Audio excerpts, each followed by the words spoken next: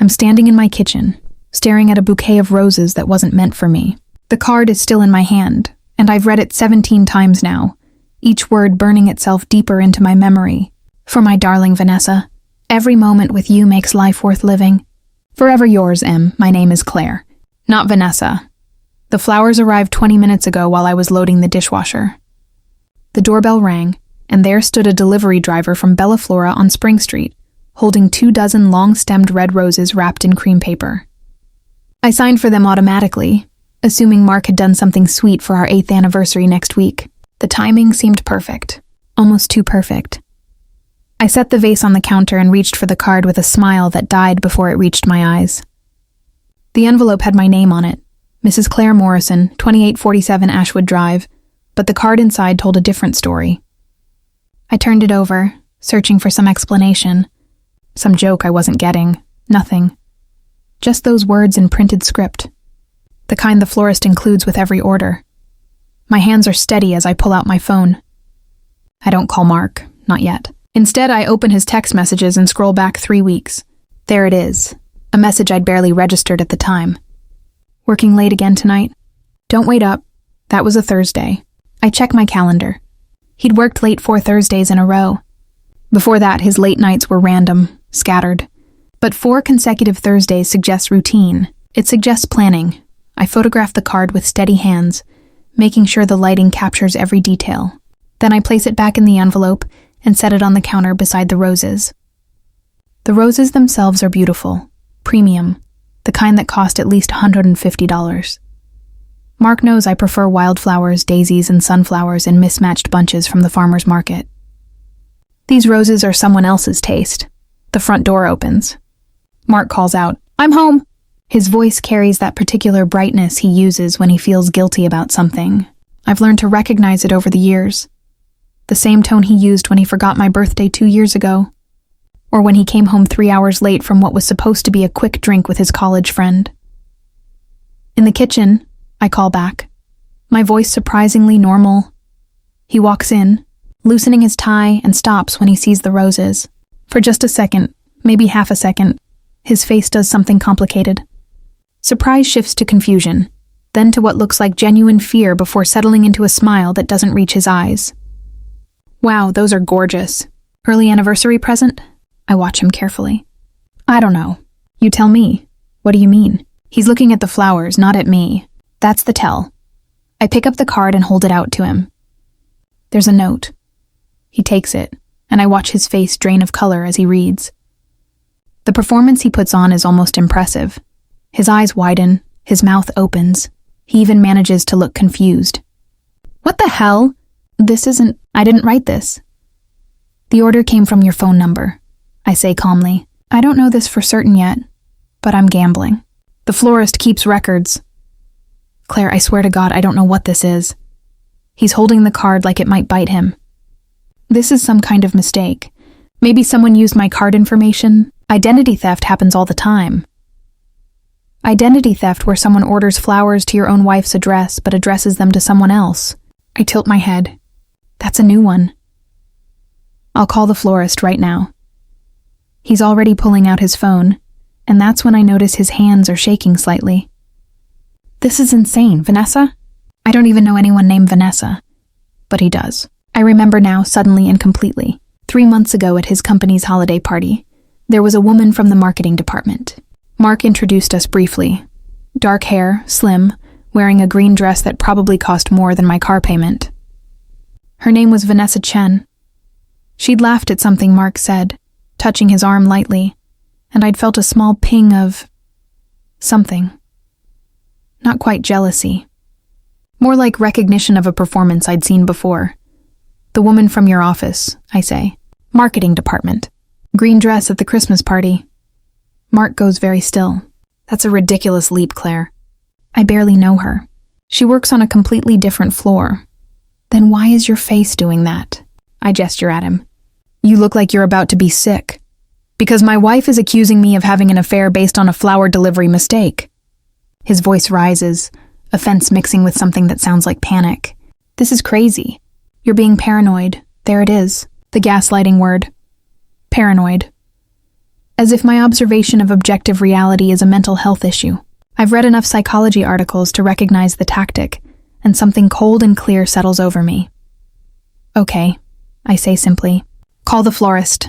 He blinks, thrown by my easy agreement. Right, yeah, I will. He starts dialing, then pauses. You know what?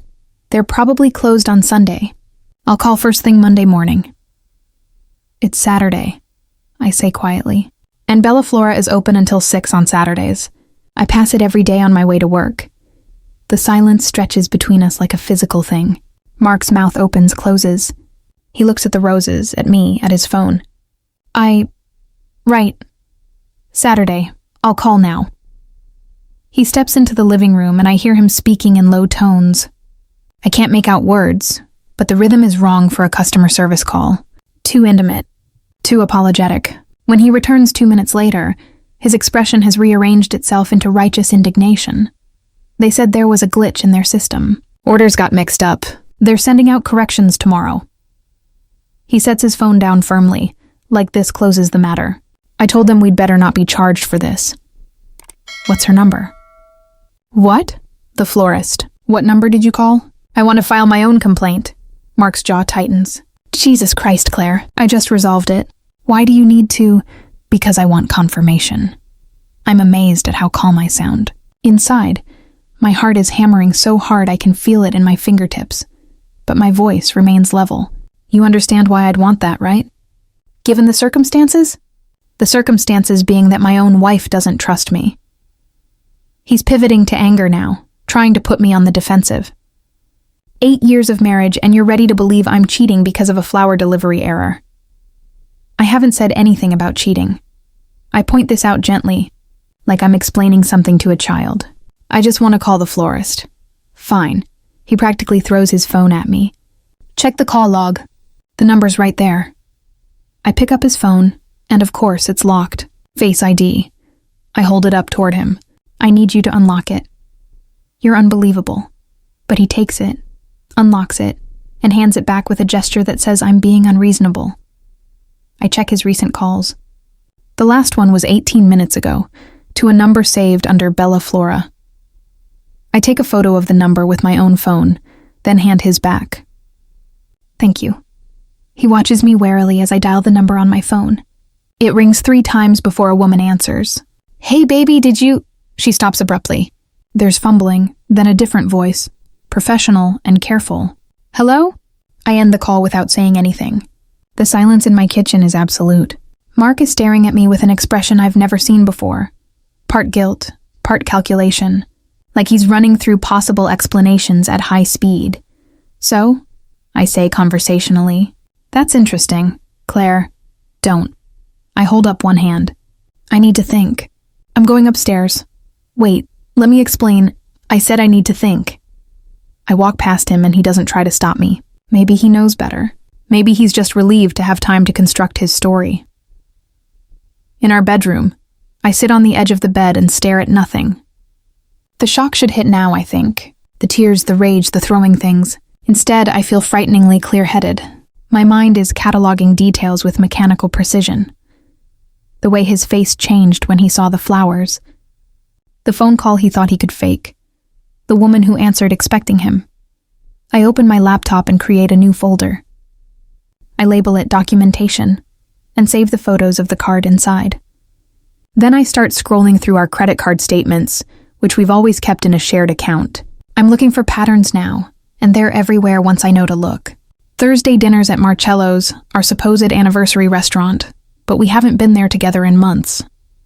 A charge for 2 tickets to a show I never attended. A hotel charge from 2 weeks ago when Mark said he was at a conference in Phoenix. I check his work calendar, which he shares with me for scheduling purposes. No Phoenix conference, just out of office, blocked in red. The evidence piles up like stones. Each one individually might be explainable. Together, they form a wall. My phone buzzes. A text from Mark. I know how this looks. Please let me explain. It's not what you think, I don't respond. Instead, I forward the photo of the card to my email, then to my personal cloud storage. I do the same with the screenshots of the credit card charges. Then I call my best friend Rachel. Hey, hun. She sounds cheerful. Probably in the middle of making dinner with her kids. What's up? Mark's having an affair.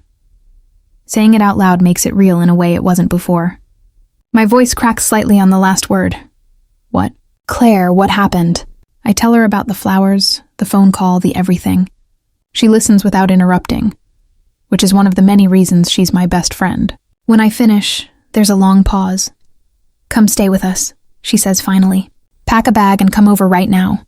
Steve's making his lasagna. The kids would love to see you. I can't just leave. But even as I say it, I'm pulling a duffel bag from the closet. Yes, you can. You need space to think. And you can't do that with him hovering and trying to explain away what you know you saw. Rachel's voice is firm. Pack enough for a few days.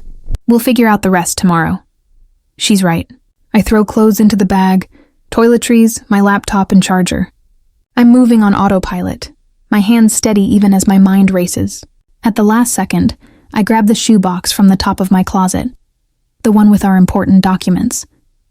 Birth certificates, social security cards, the title to my car. Something tells me I'll want these somewhere safe. When I come downstairs with my bag, Mark is sitting at the kitchen table. The roses are gone. He must have moved them. He stands up when he sees me. Where are you going?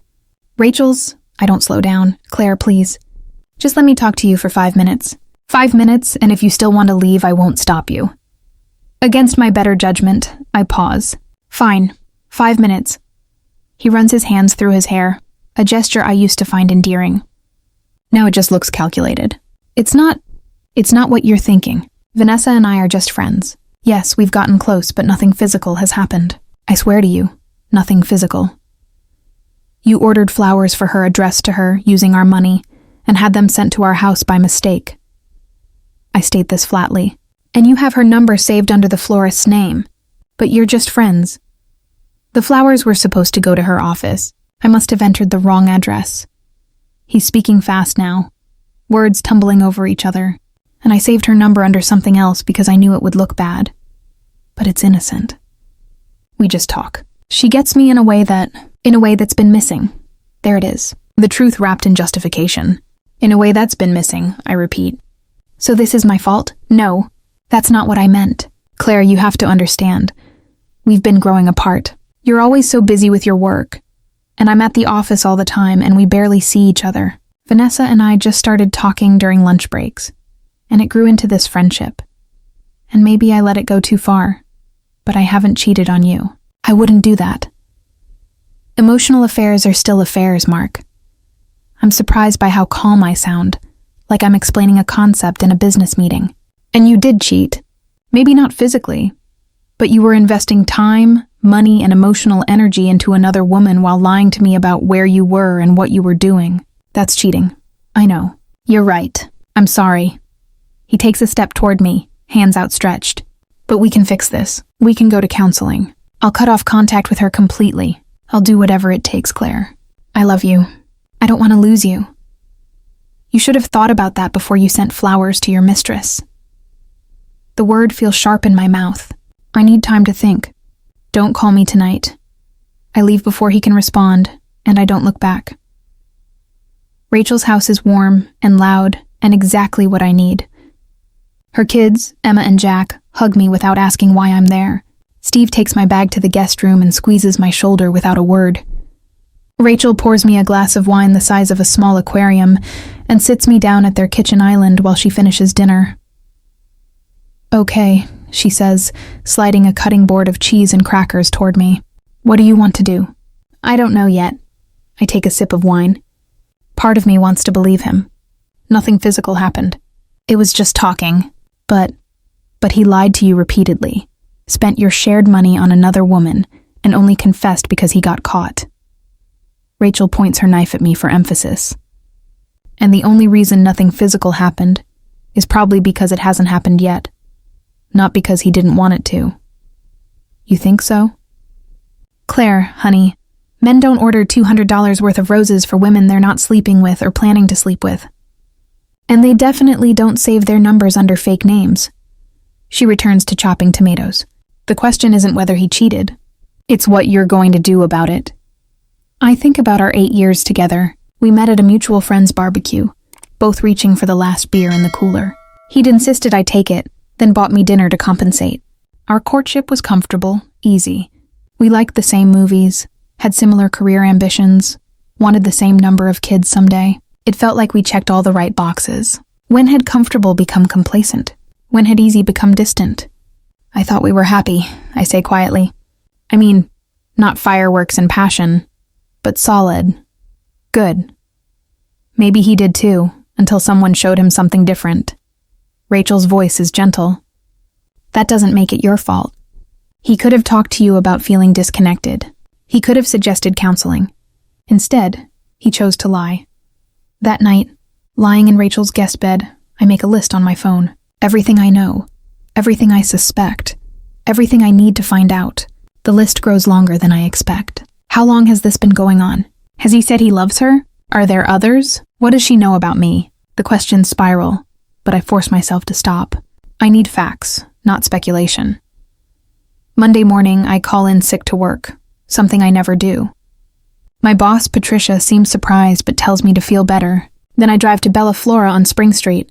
A young woman with multiple ear piercings greets me from behind the counter. Hi, I need some information about an order from Saturday. I show her the photo of the card. This was delivered to my address, but the card was meant for someone else. She peers at the photo, then types something into her computer. Oh yeah, order placed Friday night around 8 p.m.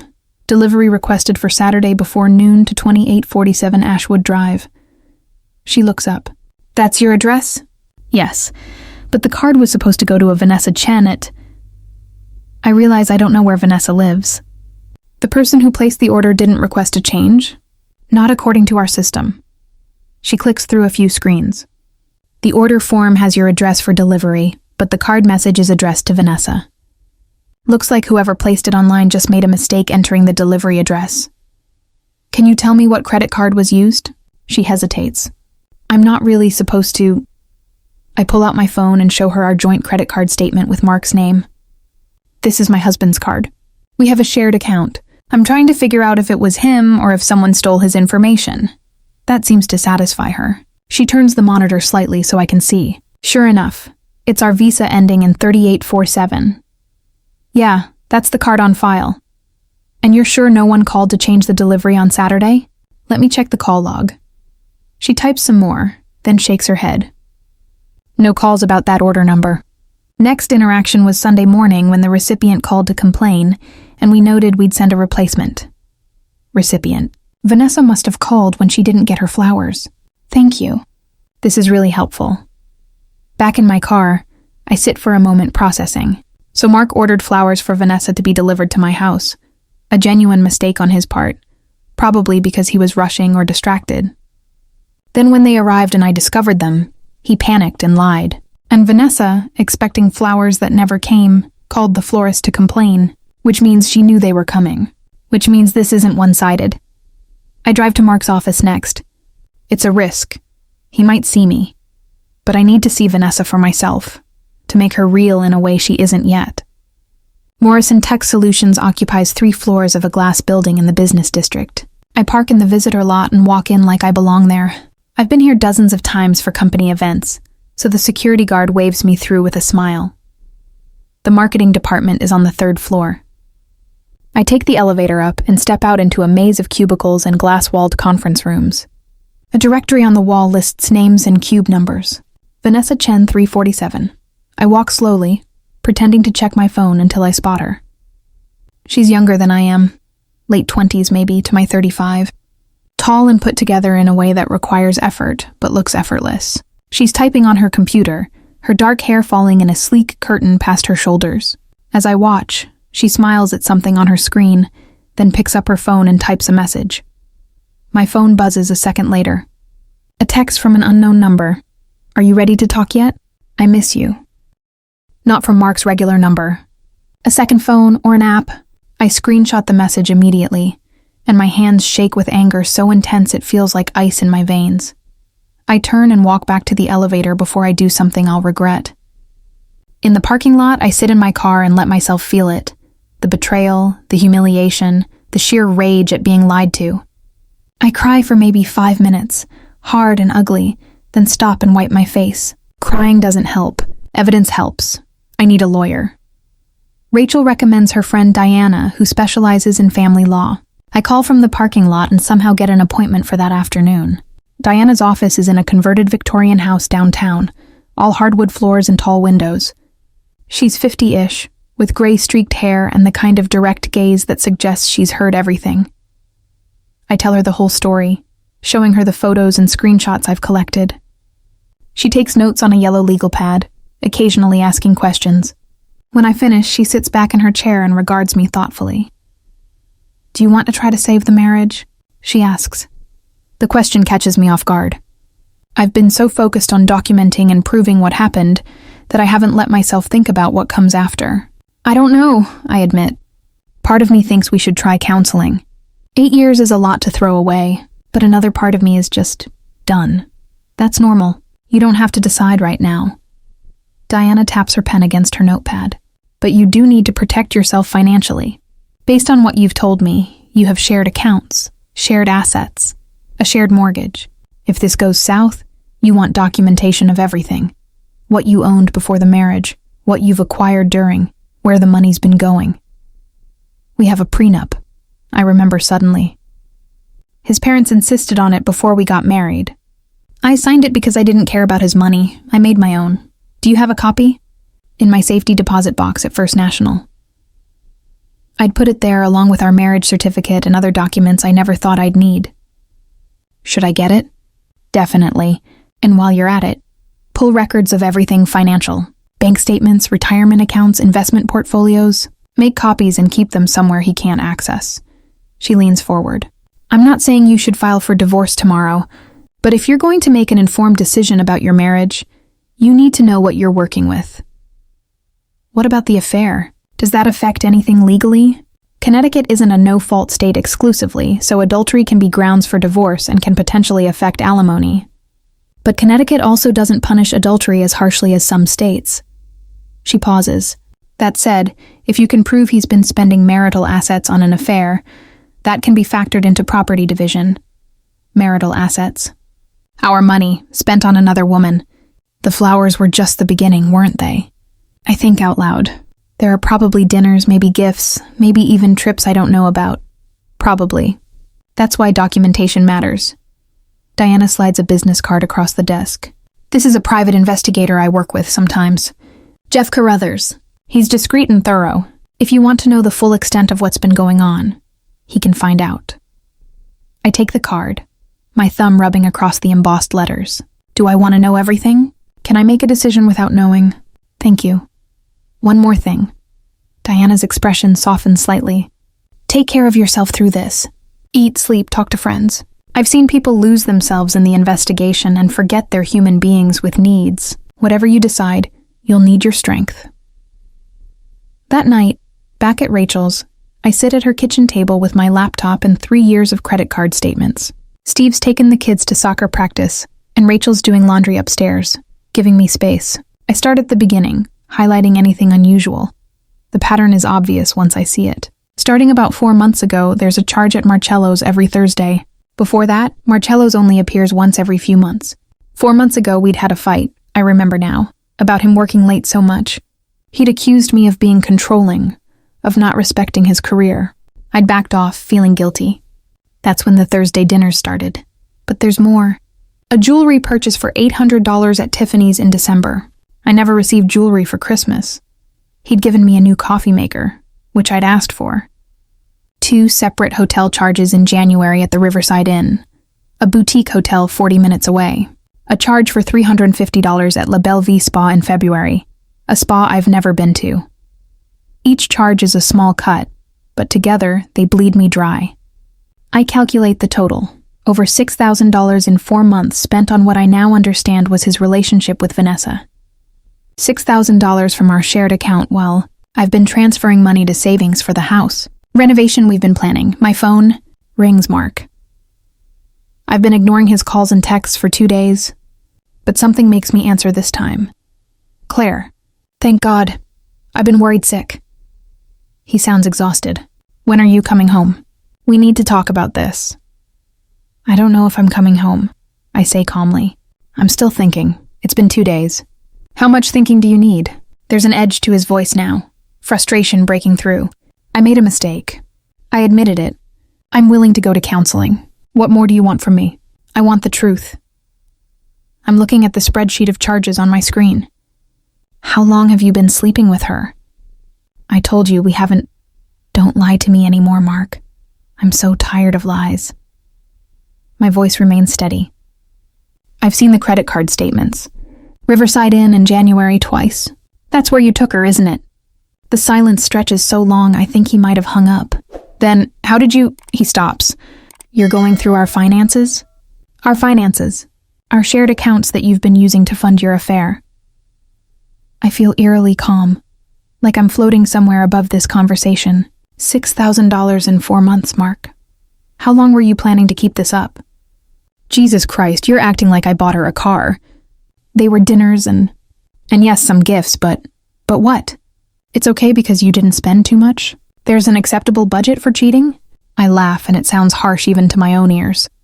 You know what the worst part is? Not even the money.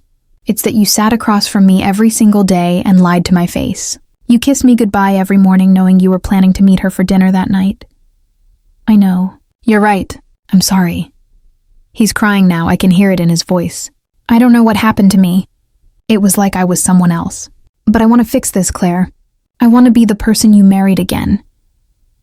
I don't think that person exists anymore. The words come out before I've fully formed the thought, but once I say them, I know they're true. Maybe he never did. Maybe I just wanted to believe in him. Don't say that, please. His voice breaks. I love you. I made a horrible mistake, but I love you. You love the idea of me. The wife who makes you look good, who doesn't ask too many questions, who's too busy with her own career to notice when you're lying. I close my laptop. But you don't actually love me, Mark. If you did, none of this would have happened. That's not fair. Fair? The word comes out sharp. You want to talk about fair? You spent our money on another woman. You lied about where you were for months. You made me doubt my own perception of reality when I questioned you. And now you're telling me I'm not being fair? I just meant... I'm sorry. You're right. I'm sorry. He's fully crying now. What do you want me to do? I'll do anything. I want you to leave me alone for a while. I'll contact you when I'm ready to talk. I hang up before he can respond. Rachel appears in the doorway with 2 glasses of wine. I heard, well, not heard, but I could tell from your tone. She sets the glasses down and sits across from me. How are you feeling? Numb, angry, sad, all of it. I take a long sip of wine. I thought I'd feel more, like devastated or broken, but I just feel tired. That's the shock wearing off. The grief will come. Rachel reaches across the table and squeezes my hand. But you're strong, Claire. Stronger than you think. I want to believe her. Instead, I pull up Jeff Carruthers' number and send a text before I can change my mind. Diana Sterling gave me your contact information. I need to hire a private investigator. Can we meet? His response comes within 2 minutes. Tomorrow at 10 a.m., coffee shop on Main Street next to the bookstore. I confirm and set my phone down. Whatever else happens, I'm going to know the whole truth. I'm done with half stories and partial confessions. Jeff Carruthers looks exactly like I'd expect a private investigator to look. Average height, average build. The kind of face you'd forget 5 minutes after meeting him. He's already at the coffee shop when I arrive, sitting at a corner table with a laptop and a large black coffee. Claire? He stands and shakes my hand. His grip is firm but not aggressive. Jeff, thanks for meeting. I order a latte and sit down across from him. Have you talked to Diana? Briefly. She gave me the overview. He pulls out a notebook. Suspected affair, need for documentation, but I'd like to hear it from you. I go through the story again, and I'm getting better at telling it. Fewer emotional stumbles, more just recitation of facts. Jeff takes notes occasionally, but mostly just listens. When I finish, he nods slowly. So you want to know the full scope of the relationship. How long it's been going on, whether it's ongoing, whether there are financial entanglements beyond what you've already found. He ticks items off on his fingers. Anything else? I want to know about her, who she is, what she knows about me, whether she thinks she's in a real relationship with him, or if she knows he's married. I hesitate. Is that weird? Not at all. Most people want to understand the whole picture. Jeff closes his notebook. I'll need photos of both of them. access to any relevant financial records you're willing to share, and your authorization to conduct surveillance. I charge $150 an hour plus expenses, and I'll send you daily updates on what I find. How long do these investigations usually take? Depends on the situation. Sometimes I have what I need in a few days. Sometimes it takes weeks. He meets my eyes. But based on what you've told me, I don't think this will take long. If he's seeing her regularly, I'll establish the pattern quickly. Do it. We spend the next hour going over logistics. I transfer money from my personal account, one Mark doesn't have access to cover the retainer. I send Jeff photos of Mark and Vanessa, along with their work addresses and the credit card statements showing suspicious charges. Jeff explains he'll start with surveillance on Thursday, since that seems to be their regular night. One thing to prepare yourself for, he says as we're leaving. Whatever you're imagining, the reality is usually worse. Not because the affairs are more dramatic than you think, but because seeing the proof makes it undeniable. Once you know, you can't unknow. I understand, and I do. But I also know I can't move forward living in uncertainty. Thursday comes slowly. I'm back at work, going through the motions of my job as a marketing consultant. My coworkers notice I'm distracted, but no one asks directly. I appreciate that. I don't know what I'd say. At 6 p.m., Jeff texts, "In position. Target just left work. Heading north on Route 7. I'm sitting in Rachel's living room, my phone clutched in my hand. Another text comes at 6:34. Both targets arrived at Marcello's. Securing table with sightline. Rachel sits down next to me. You don't have to watch the phone. He'll update you when there's something to know. I can't help it. My leg is bouncing. Nervous energy I can't control. I just want it to be over. At 8:15, my phone buzzes with photos. The first shows Mark and Vanessa at a corner table, wine glasses between them. The second catches them holding hands across the table. The third, and this one makes my breath catch, shows them kissing in the parking lot next to Mark's car. Jeff's text. Target's leaving restaurant. We'll follow. I stare at the photo of them kissing. It's not passionate, not cinematic. Just tender and comfortable, like they've done this 100 times. That somehow makes it worse. Another text at 8:47. Target's arrived at Riverside Inn, checking in now. I don't need photos of what comes next. I know. The hotel we went to for our first anniversary, the one with the fireplace in every room and the clawfoot tubs. He's taking her to our places, rewriting our memories with her presence. I text back, "Thank you. That's enough for tonight." Rachel is watching me with concern. "Claire?" He took her to our anniversary hotel. My voice sounds hollow.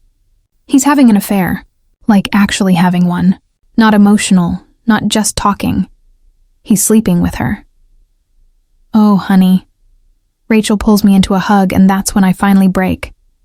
I sob into her shoulder, months of tension and denial pouring out in gasping waves.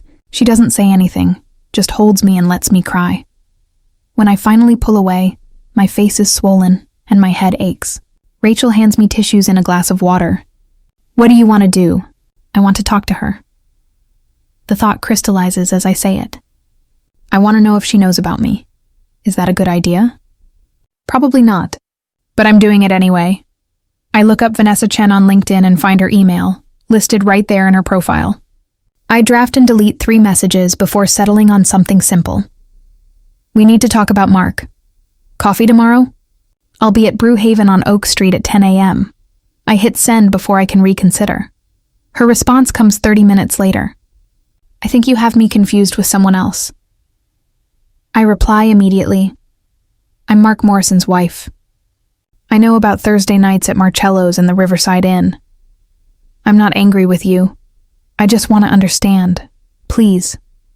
This time. The response takes an hour. 10 a.m. I'll be there. I barely sleep that night.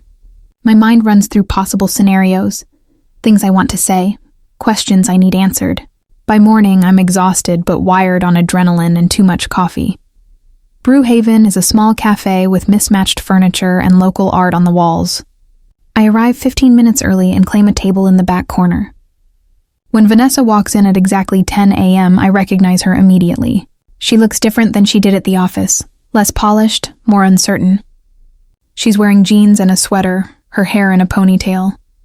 She spots me and hesitates before walking over. Claire? Thank you for coming. I gesture to the seat across from me. Can I get you something, coffee? I can get my own. She goes to the counter and I watch her order. When she comes back with a large cappuccino, her hands are shaking slightly. She sits down and wraps both hands around the cup like she's cold. I don't know what you want me to say. She starts. I want you to tell me the truth. Does he tell you he loves you? She blinks, surprised by the directness. Yes. Does he tell you he's going to leave me? A longer pause. He says it's complicated. It's not, actually.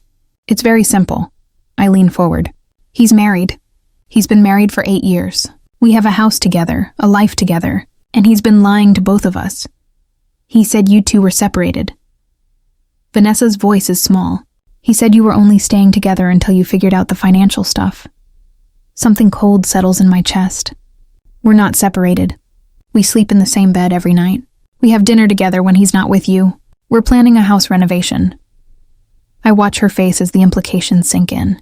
He's lying to you, Vanessa. Whatever he's told you about our marriage, it's not true. She sets her coffee down carefully, like she doesn't trust her hands. He told me you knew, that you were okay with him seeing other people. Does it look like I'm okay with it? I gesture at myself. I found out 6 days ago when he accidentally sent flowers meant for you to our house. I've been staying with a friend because I can't bear to look at him. Vanessa's face goes pale. The flowers? He said the florist messed up and sent them to the wrong Vanessa, that there was another woman with the same name who was supposed to get them. Despite everything, I almost laugh. He's creative, I'll give him that. I'm going to be sick. Vanessa stands abruptly, looking around wildly. I point toward the bathroom and she practically runs. She's gone for 5 minutes. When she returns, her eyes are red. I'm so sorry, she says, sitting back down. I didn't know. I swear I didn't know. How long has it been going on? 4 months, maybe? We started talking at work, just friendly stuff. Then he asked if I wanted to grab lunch, and it grew from there. She's shredding her napkin into tiny pieces. He told me he'd been unhappy for years. That you were more like roommates than spouses. That you'd grown apart. We had grown apart, I admit. But not like he made it sound. We were busy with work. We'd fallen into a routine. But I thought we were solid. I thought we were building something. He made it sound like the marriage was basically over. Like it was just a formality. Vanessa looks up at me and I see genuine distress in her expression. I would never have... If I'd known the truth, I wouldn't have gone near him. I want to believe her. Part of me does. Did you know about the prenup? What prenup? Mark's parents insisted we sign one before we got married. It's ironclad. If we divorce, we each keep what we brought into the marriage. And marital assets are split based on a formula that heavily favors him because his family money funded most of our investments. I watch her process this.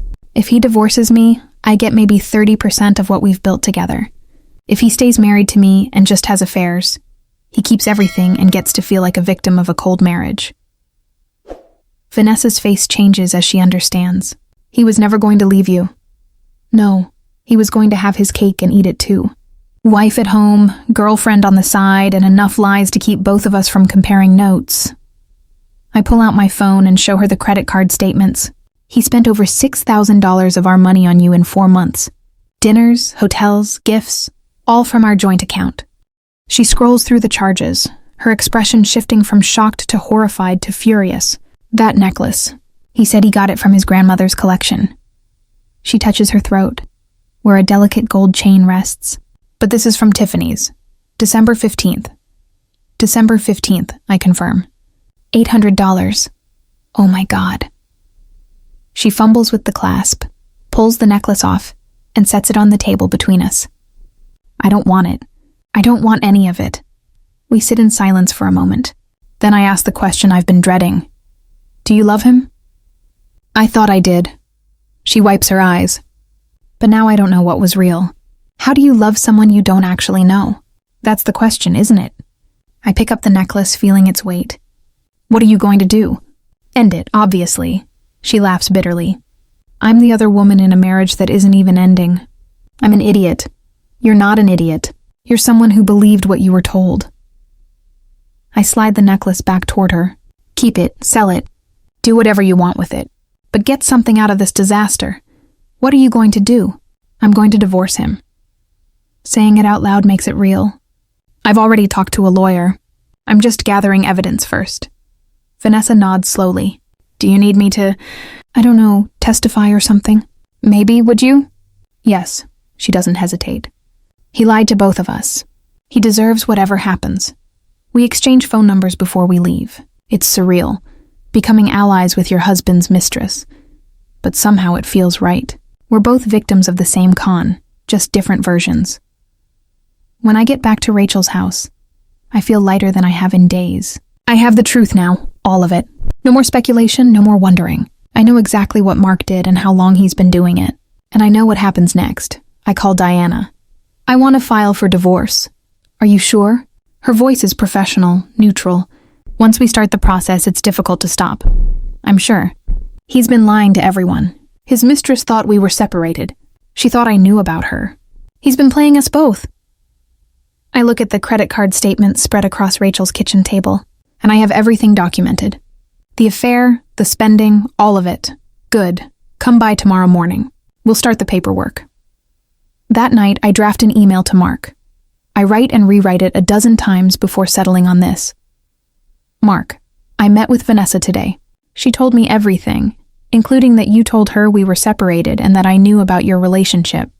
The lies have to stop. I've hired a divorce attorney. You'll be served with papers in the next few days. Please don't contact me except through my lawyer. Her information is below.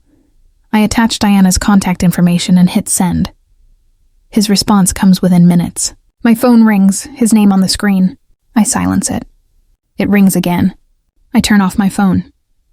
The next week passes in a blur of legal meetings and documentation. Diana is efficient, walking me through every step. We file on grounds of adultery, citing Mark's affair and his use of marital funds to support it. The prenup is problematic. It does limit what I can claim, but Diana argues that his misuse of marital assets constitutes financial misconduct that should be factored into the settlement.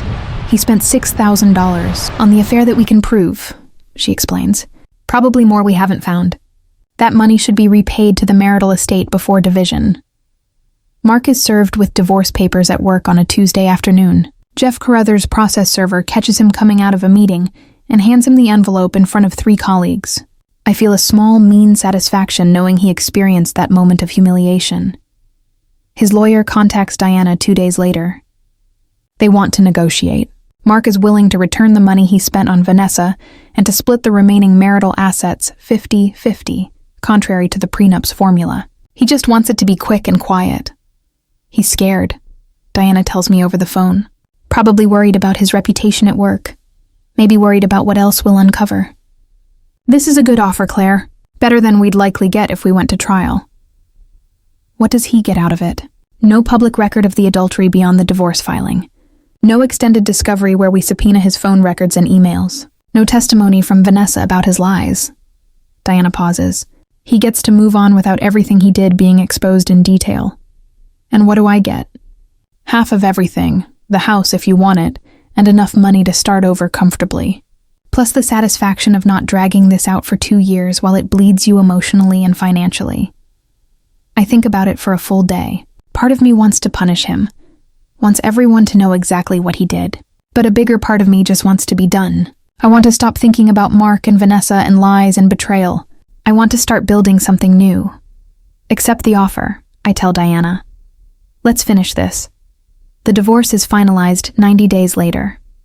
Connecticut law requires a 90-day waiting period, and we use that time to divide assets, sell the house, and untangle 8 years of shared life. It's tedious and painful and occasionally infuriating. Like when Mark tries to claim the coffee maker he gave me as a gift is actually his because he paid for it. But eventually, we reach the end. The day the divorce is finalized, I'm sitting in Diana's office signing the last of the paperwork. My hand cramps from all the signatures, and I'm exhausted from the emotional weight of it all. But when Diana slides the final decree across the desk, I feel something unexpected. Relief. It's done, she says simply. You're free. I walk out of her office into a bright April afternoon. Spring has arrived while I've been buried in legal proceedings, and the trees are budding green. I stop on the sidewalk and just breathe for a minute, feeling the sun on my face. My phone buzzes. A text from Vanessa.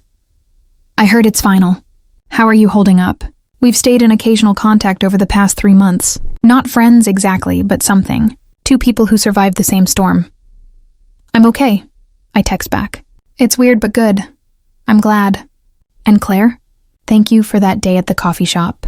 You didn't have to be kind to me, but you were. We were both collateral damage, I reply. Neither of us deserved what he did. That night, I'm back in my new apartment. A 2-bedroom in a converted warehouse downtown, with exposed brick and huge windows. It's smaller than the house I shared with Mark, but it's entirely mine. No shared mortgage, no memories of betrayal in every room, just clean space waiting to be filled with whatever comes next. Rachel comes over with Thai food and champagne. We sit on my living room floor. I haven't bought furniture yet, and toast with plastic cups. To new beginnings, Rachel says. To the truth, I counter. And to knowing your own worth. 6 months later, I'm standing in front of a room full of marketing executives at a conference in Boston. I'm giving a presentation on crisis management and reputation repair. Ironic, given my personal crisis, but it's going well. The crowd is engaged, laughing at my jokes, taking notes on my strategies. After my talk, a woman approaches me. She's maybe 40, sharply dressed, confident. That was excellent, she says, handing me her card. I'm Jennifer Kim, CEO of Altitude Marketing. We're opening a new office in Hartford, and we're looking for someone to head our crisis management division. Would you be interested in talking? I look at the card. Director of Crisis Management, salary significantly more than I make now. I think about the me from 6 months ago, crying in Rachel's guest room, feeling like my world had ended. And I think about the me standing here now, being offered her dream job after delivering a killer presentation. I'd be very interested, I say. That evening, back in my hotel room, I get a text from an unknown number. This is Mark. I know you probably don't want to hear from me, but I wanted to say I'm sorry. For everything. You deserved better. You always did. I stare at the message for a long time. Part of me wants to respond, wants to tell him that sorry doesn't fix anything. But a bigger part of me just doesn't care anymore. His apology doesn't change what happened, doesn't erase the betrayal, doesn't undo the damage. It's just words, empty and too late. I delete the message without responding and block the number. Then I call Rachel and tell her about the job offer. Her scream of excitement is so loud I have to hold the phone away from my ear. Claire, that's amazing. Are you going to take it? I think I am. I'm grinning, feeling possibility open up in front of me like a door. I think it's time for something new. You deserve this. You deserve everything good. Rachel's voice gets emotional. I'm so proud of you. You went through hell and came out stronger. I look at myself in the mirror. Same face, same eyes, but something different in the expression. Harder maybe, but also more certain. I know what I'm capable of now. I know I can survive betrayal and come out the other side. I know my own strength. 3 months later, I start my new job. The Altitude Marketing office is sleek and modern, all glass and chrome and creative energy. My team is small but talented. 3 specialists who've worked in crisis management for years. We handle everything from corporate scandals to personal reputation disasters, helping people and companies rebuild after things fall apart. I'm good at it, better than I expected. Maybe because I understand what it feels like to have your world implode. I know how to find the truth in the wreckage and build something new from what's left. One afternoon, I get a call from Jeff Carruthers. We've kept in touch occasionally. He sends me referrals when people need marketing help. I send him clients who need investigative work. Hey, Claire, I've got something you might find interesting, he says. Remember how I told you I keep tabs on cases even after they close, just to see how things shake out? Okay? I'm intrigued and wary. Mark Morrison and Vanessa Chen broke up 2 weeks ago. Messy ending from what I hear. She found out he'd been seeing someone else. I laugh, surprised and somehow unsurprised. Of course she did. Once a cheater, she called me actually. Wanted to hire me to document it for her own records. I declined. Conflict of interest. But I gave her another investigator's number. Jeff pauses. I thought you'd want to know. Closure, maybe. Thanks, Jeff. I mean it. It is closure, in a way. Confirmation that the problem was never me, was never about being enough or doing enough. The problem was Mark, his character, his inability to be honest. And that would have destroyed any relationship he was in. After we hang up, I sit at my desk and look out the window at the Hartford skyline. The city is lit up in the early evening, lights reflecting off the river. In my reflection in the window, I can see my office behind me, the awards I've already won, the team photo from last month, the vision board I made with Rachel showing all the things I want to achieve. I think about the flowers, those roses that were never meant for me. At the time, they felt like an ending, the destruction of everything I thought I knew.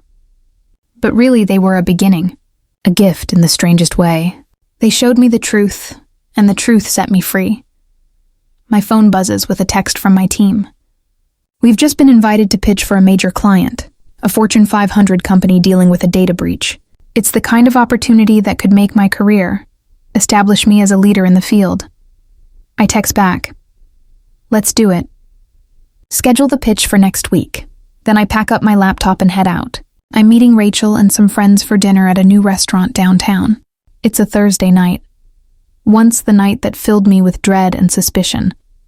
But now, it's just another evening in a life I'm building one decision at a time.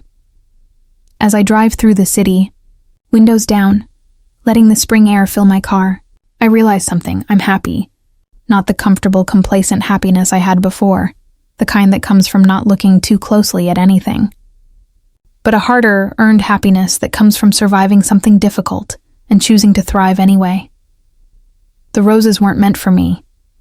But the life I have now, this is all mine. Every choice, every achievement, every moment of joy. I built this from the ashes of betrayal, and no one can take it from me. At a stoplight, I catch my reflection in the rearview mirror. I'm smiling. It's genuine, reaching my eyes, transforming my whole face. It's the smile of someone who knows her own worth, who won't settle for lies or half-truths, who understands that the best revenge is living well. The light turns green, and I drive forward into my new life, leaving the past exactly where it belongs, behind me.